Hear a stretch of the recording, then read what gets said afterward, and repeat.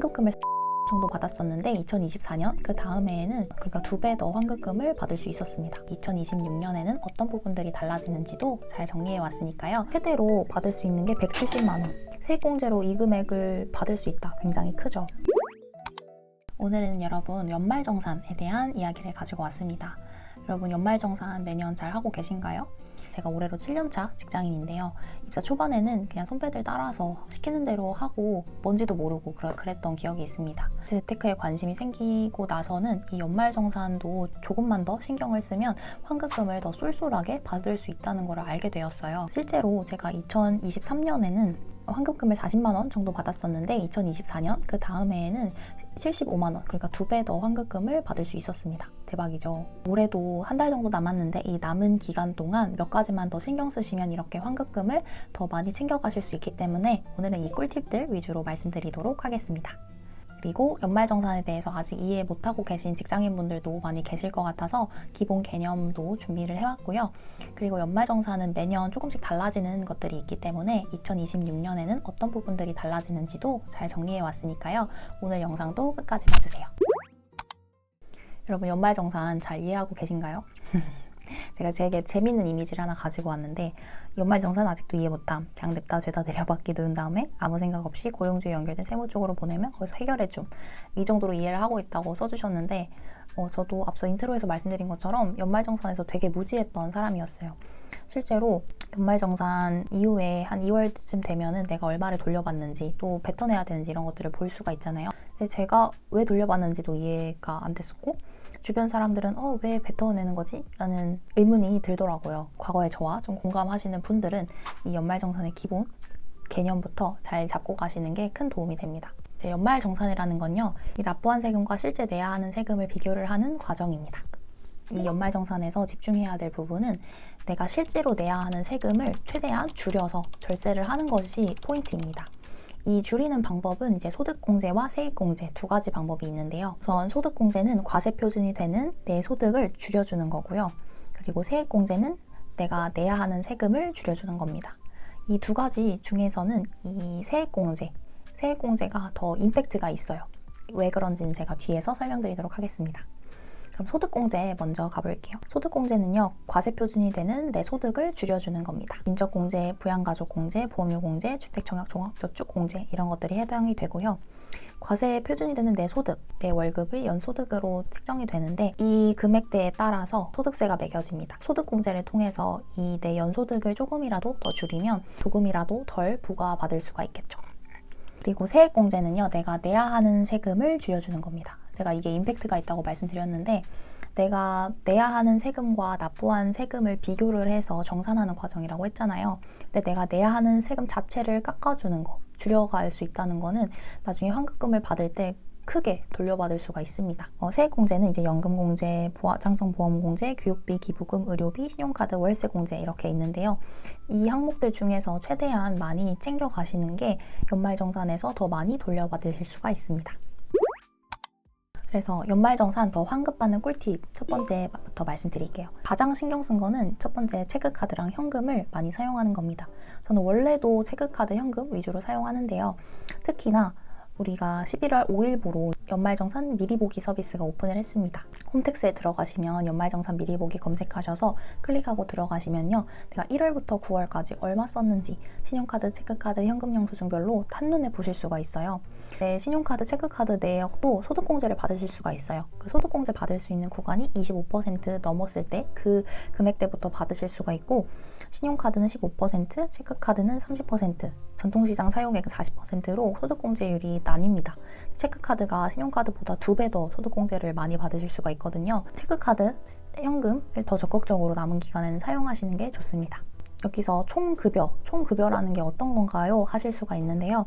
총급여라는 거는 연봉에서 비과세 소득을 뺀 금액입니다. 이게 조금 어렵게 느껴질 수 있는데 쉽게 확인하는 방법은 이 홈택스 똑같이 들어가셔서 원천징수 영수증을 검색을 하세요. 그러면 한눈에 확인하실 수가 있습니다. 그리고 두 번째는요, 연금저축펀드랑 IRP를 활용하시는 겁니다. 이 연금저축펀드 IRP는 절세계좌라고 제가 채널에서도 많이 말씀을 드렸는데요. 연말정산에서 굉장히 빛을 발합니다. 이제 연금저축펀드는 600만 원까지, IRP는 300만 원까지 두 개 합쳐서 900만 원까지 납입을 하시면 해당 금액의 일정 부분에 있어서 세액공제를 받으실 수가 있어요. 그래서 총 급여 5,500만 원 기준으로 해서 이하이시면 16.5%, 초과이시면 13.2%를 세액공제로 돌려받으실 수가 있습니다. 이게 굉장히 큰 금액인 게 환급액을 계산을 해보면 거의 150만 원, 120만 원 가까운 금액이에요. 내가 만약 내야 하는 세금에서 이만큼 큰 금액을 줄여가 보신다면 굉장히 큰 금액을 나중에 돌려받으실 수가 있겠죠. 그래서 저는 작년에는 이제 900만 원을 다 채웠었고 올해도 900만 원을 채우는 것을 목표로 했었지만 지금 한 750만 원 정도 납입한 상태에서 이제 제 개인적인 재무 목표를 위해서 잠깐 스탑한 상태예요. 연금저축펀드 IRP를 활용을 하셔서 나는 진짜 절세를 많이 하고 싶고 이미 나는 노후 준비에 조금 더 포커싱이 맞춰 있다라고 하시면 900만 원 다 납입하시는 게 좋겠지만 그게 아니라 뭔가 앞으로 목적 자금을 앞두고 계신 게 있다거나 현금 보유를 더 하시는 게 좋습니다. 이 연금계좌랑 IRP는 본인의 재무 목표에 맞게 유연하게 잘 활용하시는 게 너무 중요해요. 또 세 번째는요, 주거비 공제를 활용하는 겁니다. 월세도 세액 공제 받으실 수가 있고요. 네, 대출이자, 전세자금 대출이자도 소득공제를 받으실 수가 있어요. 잘 알고 챙겨두시면 너무너무 쏠쏠합니다. 우선 총급여가 8천만 원 이하인 근로자 분들을 기준으로 해서요. 총급여가 5,500만 원 이하이시면 17%, 5,500만 원 초과이시면 15%를 세액공제를 받으실 수가 있어요. 이 공제 한도도 지금 올해부터는 1,000만 원으로 늘어났거든요. 그럼 내가 1년에 월세로 1,000만 원을 냈다라고 하시면 최대로 받을 수 있는 게 170만 원, 150만 원 이렇게 되는 거예요. 세액공제로 이 금액을 받을 수 있다. 굉장히 크죠. 근데 이제 몇 가지 조건이 있습니다. 첫 번째는요, 무주택 세액대주여야 하고요. 두 번째는 본인 명의로 임대차 계약서 작성하셔야 되고, 세 번째는 전입신고가 반드시 되어 있어야 합니다. 이게 진짜 중요해요. 이거를 많이 놓치시는 분들이 있더라고요.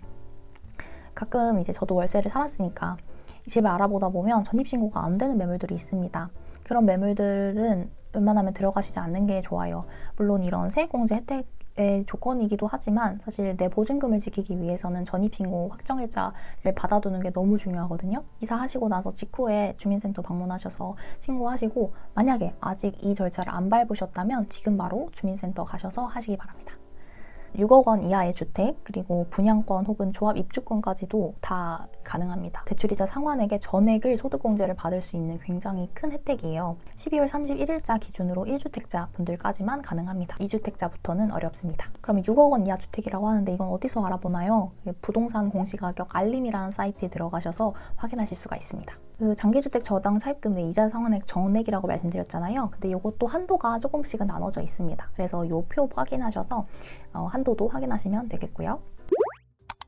2026년에 연말정산이 어떻게 바뀌는지도 말씀드리도록 하겠습니다. 우선 첫 번째는 자녀 세액공제 금액이 인상되었습니다. 한 명당 원래는 25만 원이었는데 25만 원, 2명은 30만 원, 3명은 45만 원 이렇게 10만 원씩 증가를 했고요.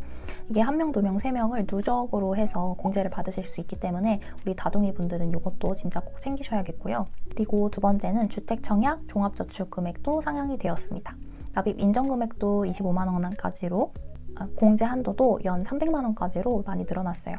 이거 특히나 원래는 무주택자 분들만 가능을 했는데 무주택자와 그리고 배우자까지도 같이 공제가 가능하다는 점이 포인트입니다. 그리고 월세 세액공제 금액도 한도가 상향되었고요.